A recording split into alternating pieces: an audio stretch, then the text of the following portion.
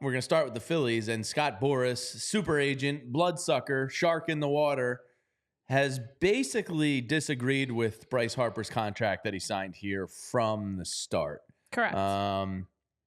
Bryce's comments were that he wanted to come here, win over the fans, allow the team to spend more money and become a contender and do all the right things, and very admirable. But it's clear they could have probably gotten more money per year. When John Middleton is even saying, oh, man, you're a bargain. We underpaid you. I think he's Tyler, something roughly around like 26th or 27th in baseball? 21st, I believe. 21st in baseball, an annual average salary. And that'll probably drop a couple more spots after Yamamoto signs, after Snell signs, after Bellinger signs potentially. So he could be around the 25th highest paid player in baseball on a per year average. And Scott Boras yesterday said, we're going to want an extension out of you. Yeah. And we're probably going to want to restructure this. I meant to look this up last night when I was doing my show notes, and I think I ADD'd out and forgot. I don't recall this really happening in baseball much. This is kind of uncharted territory. I was going to say, I feel like it's a sign of the change of the times.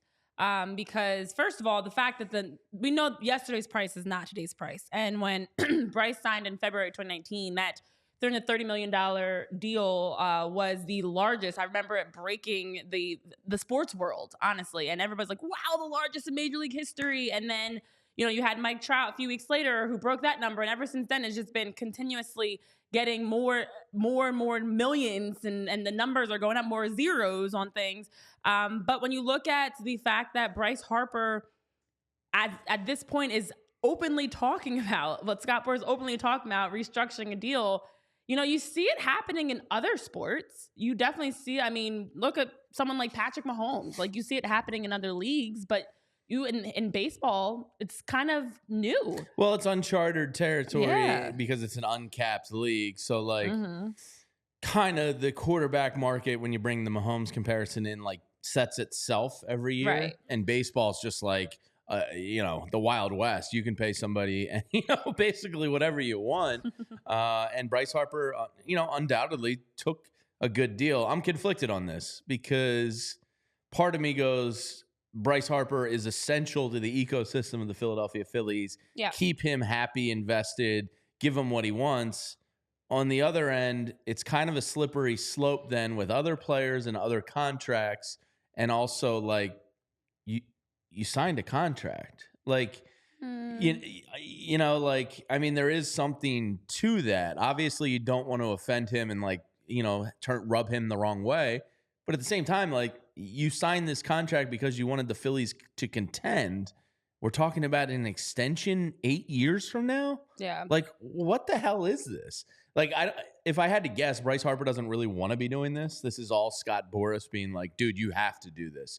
And maybe he feels some union pressure. I don't understand it. Yeah. Because I find it very odd. Because it's not like he's hurting. It's not. So you're feeling torn, as if we should be having this conversation. You signed the contract, just on the one hand, I'm like, make the man happy, do whatever you want. On the other hand, I'm like, you just signed a contract 3 years ago. What the hell are we talking about here? Okay. It's not like he's that underpaid that it's offensive. He still makes $25 million a year. I think what makes it offensive is we talk about as his number continues to drop in comparison to what other guys are making. That's where it is offensive in that sense, because Bryce Harper deserves more. I think the hard part is, you look at stock for players will go down, but stock can also go up. And for Bryce Harper to have 8 years remaining, $196 million on his deal, the stock has gone up for Bryce Harper. And I love that Scott Boras was talking about, he came here for the fans. He wanted to help recruit. He wanted to help, he wants to be in Philadelphia for the rest of his career. So he's on that side, it's very evident. This is not about, if you don't make this deal happen or change my contract up, I'm out. But it's also hey, I'm locked in to be here.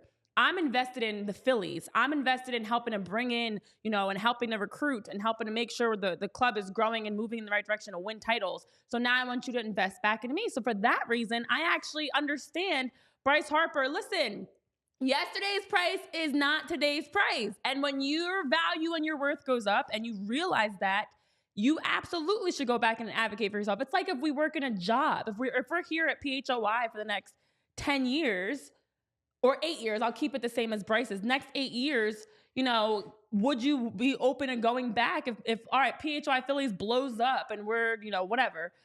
Now going back to say, hey, this is what I brought to the table, and I would like to reconfigure my contract. Yeah, I mean, it becomes, I probably wouldn't have signed an 11-year contract if I wanted to bet on myself. Like, part of the trade-off was like, yeah, we'll give you the 11 years, but we want to keep the number a little lower so we can contend and compete.